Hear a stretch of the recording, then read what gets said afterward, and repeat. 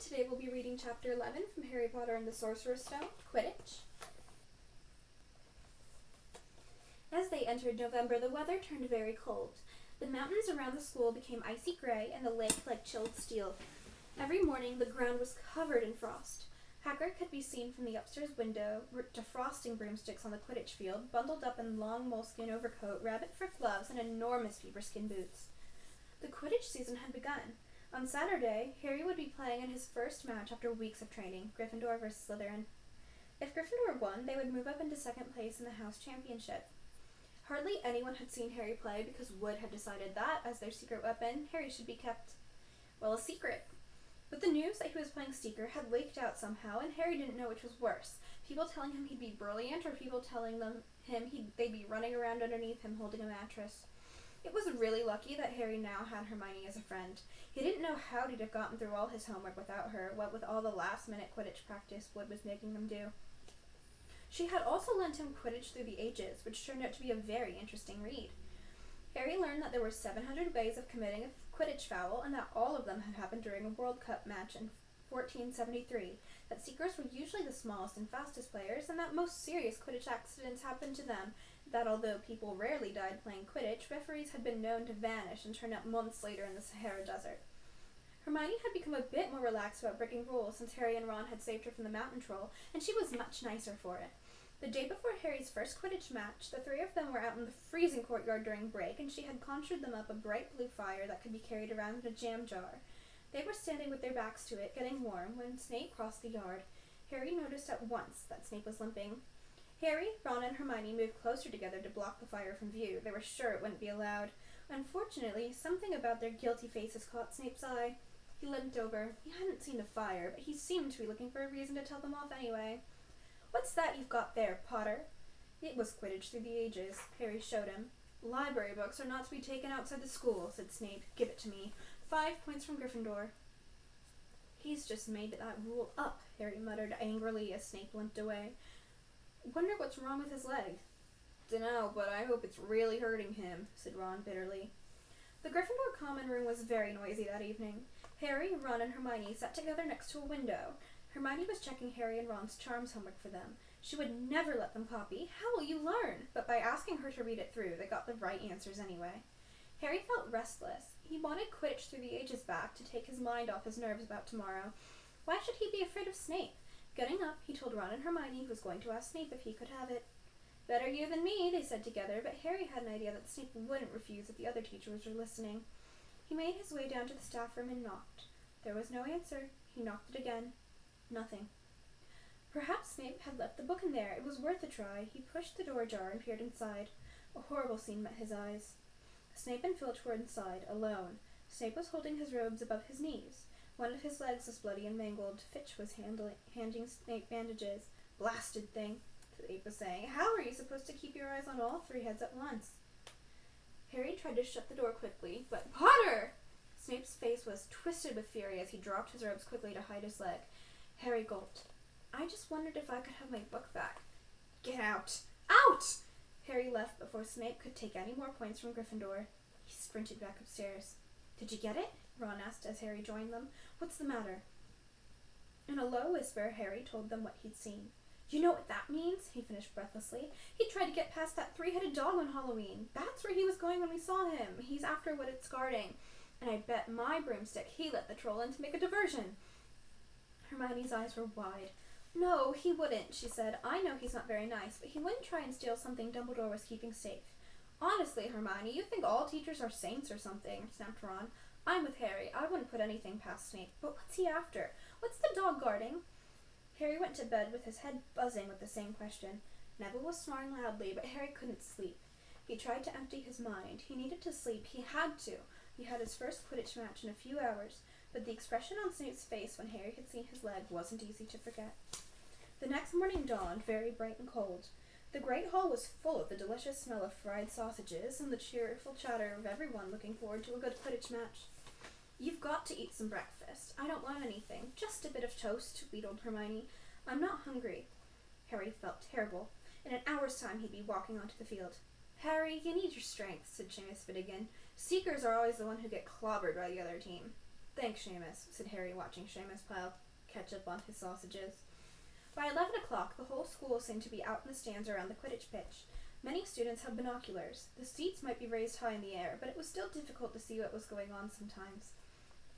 Ron and Hermione joined Neville, Seamus, and Dean the West Ham fan on the top row.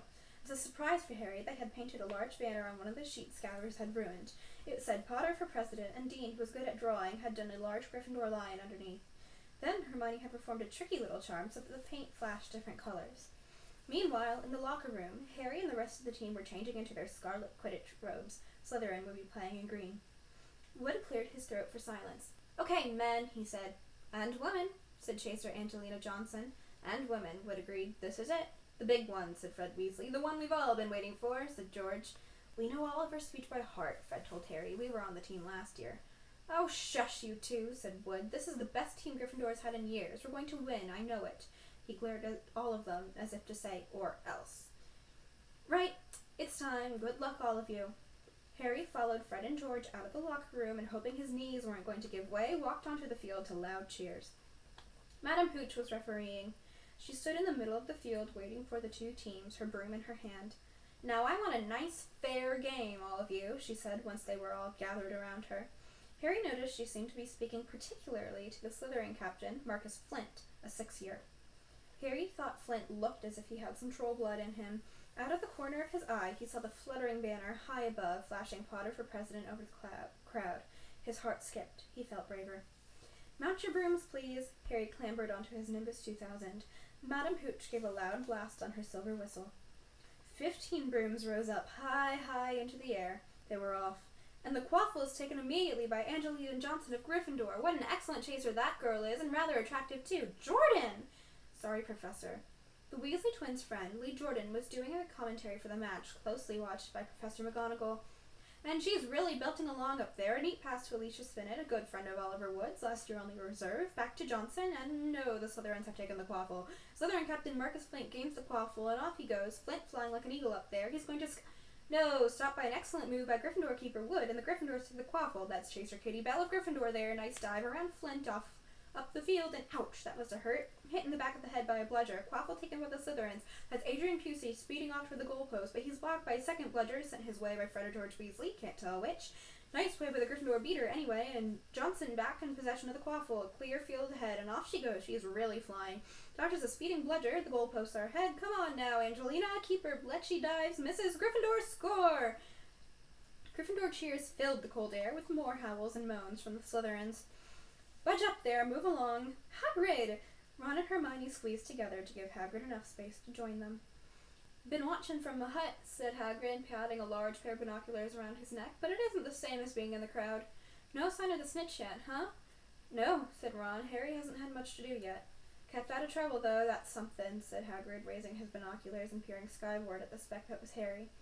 Way up above them, Harry was gliding over the game, squinting about for some sign of the snitch. This was part of his and Wood's game plan. "Keep out of the way until you catch sight of the snitch," Wood had said. "We don't want you attacked before you have to be." When Angelina had scored, Harry had done a couple of loop-the-loops to let off his feelings. Now he was back to staring around for the snitch. Once he caught sight of a flash of gold, but it was just a reflection from one of the Weasleys' wristwatches, and once a bludger decided to come pelting his way, more like a cannonball than anything, but Harry dodged it, and Fred Weasley came chasing after it. "All right there, Harry," he had time to yell as he beat the bludger furiously towards Marcus Flint. "Slytherin possession," Lee Jordan was saying. Chaser Pusey ducks 2 bludgers, 2 Weasleys, and Chaser Bell speeds towards the— Wait a moment, was that the snitch?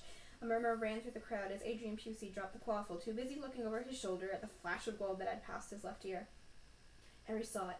In a great rush of excitement, he dived down toward the streak of gold. Slytherin seeker Terrence Higgs had seen it too. Neck and neck, they hurtled towards the snitch. All the chasers seemed to have forgotten what they were supposed to be doing as they hung in midair to watch.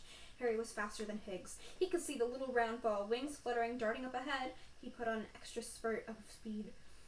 Wham! A roar of rage echoed from Gryffindors below. Marcus Flint had blocked Harry on purpose, and Harry's broom spun off course, Harry holding on for dear life. "Foul!" screamed the Gryffindors. Madame Hooch spoke angrily to Flint, and then ordered a free shot at the goalpost for Gryffindor. But in all the confusion, of course, the golden snitch had disappeared from sight again. Down in the stands, Dean Thomas was shouting, "Send him off, ref! Red card!" "What are you talking about, Dean?" said Ron. "Red card," said Dean furiously. "In soccer you get shown the red card and you're out of the game." "But this isn't soccer, Dean," Ron reminded him. Hagrid, however, was on Dean's side. They ought to change the rules. Flint could have knocked Harry out of the air. Lee Jordan was finding it difficult not to take sides. "So, after that obvious and disgusting bit of cheating—" "Jordan," growled Professor McGonagall. "I mean, after that open and revolting foul. Jordan, I'm warning you." All right. Flint nearly kills the Gryffindor Seeker, which could happen to anyone, I'm sure, so a penalty to Gryffindor, taken by Spinnet, who puts it away no trouble, and we continue play, Gryffindor still in possession." It was as Harry dodged another bludger, which went spinning dangerously past his head, that it happened. His broom gave a sudden, frightening lurch. For a split second, he thought he was going to fall. He gripped the broom tightly with both his hands and knees. He'd never felt anything like that. It happened again. It was as though the broom was trying to buck him off. But Nimbus 2000s did not suddenly decide to buck their riders off. Harry tried to turn back towards the Gryffindor goalpost. He had half a mind to ask Wood to call time out, then realized that his broom was completely out of his control. He couldn't turn it. He couldn't direct it at all. It was zigzagging through the air, and every now and then making violent swishing moments that almost unseated him. Lee was still commentating. Slytherin in possession. Flint with the quaffle, passes Spinnet, passes Bell, hit hard in the face by Bludger, hope it broke his nose. "Only joking, Professor." Slytherin score. Oh no. The Slytherins were cheering. No one seemed to have noticed that Harry's broom was behaving strangely. It was carrying him slowly higher, away from the game, jerking and twitching as it went. "Dunno what Harry thinks he's doing," Hagrid mumbled. He stared through his binoculars. If I didn't know better, I'd say he'd lost control of his broom, but he can't have." Suddenly people were pointing up at Harry all over the stands. His broom had started to roll over and over, with him only just managing to hang on. Then the whole crowd gasped. Harry's broom had given a wild jerk, and Harry swung off of it. He was now dangling from it, holding on with only one hand. "Did something happen to him and Flint blocked him?" Seamus whispered. "Can't have," Hagrid said, his voice shaking. He let nothing interfere with the broomstick except powerful dark magic. No kid could do that to a Nimbus 2000. At these words, Hermione seized Hagrid's binoculars, but instead of looking up at Harry, she started looking frantically in the crowd. "What are you doing?" moaned Ron, grey-faced. "I knew it," Hermione gasped. "Snape, look." Ron grabbed the binoculars. Snape was in the middle of the stands opposite them. He had his eyes fixed on Harry and was muttering non-stop under his breath. "He's doing something, jinxing the broom," said Hermione. "What should we do?" "Leave it to me." Before Ron could say another word, Hermione had disappeared. Ron turned the binoculars back on Harry. His broom was vibrating so hard it was almost impossible for him to hang on much longer. The whole crowd was on its feet, watching, terrified, as the Weasleys flew up to try and pull Harry safely onto one of their brooms, but it was no good. Every time they got near him, the broom would jump higher still. It dropped lower and circled beneath him, obviously hoping to catch him if he fell. Marcus Flint seized the quaffle and scored 5 times without anyone noticing. "Come on, Hermione," Ron muttered desperately. Hermione had fought her way across to the stand where Snape stood and was now racing along the row behind him. She didn't even stop to say sorry as she knocked Professor Quirrell headfirst into the row in front. Reaching Snape, she crouched down, pulled out her wand, and whispered a few well-chosen words. Bright blue flames shot from her wand onto the hem of Snape's robes. It took perhaps 30 seconds for Snape to realize that he was on fire. A sudden yelp told her she had done her job. Scooping the fire off of him into a little jar in her pocket, she scrambled back along the row. Snape would never know what had happened. It was enough. Up in the air, Harry was suddenly able to clamber back onto his broom. "Neville, you can look," Ron said. Neville had been sobbing into Hagrid's jacket for the last 5 minutes. Harry was speeding toward the ground when the crowd saw him clap his hand to his mouth as though he was about to be sick. He hit the field on all fours, coughed, and then something gold fell into his hand.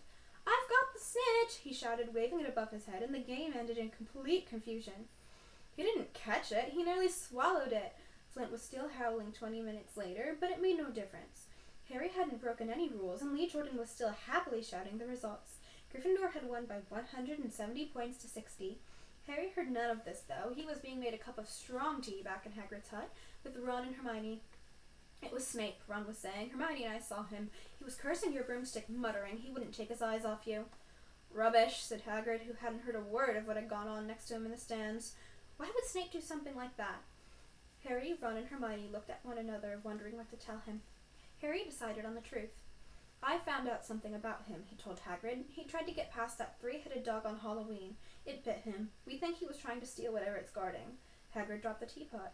"How do you know about Fluffy?" he said. "Fluffy?" Yeah, he's mine. Bought him off of a Greek chappie I met in the pub last year. I lent him to Dumbledore to guard the—" "Yes?" said Harry eagerly.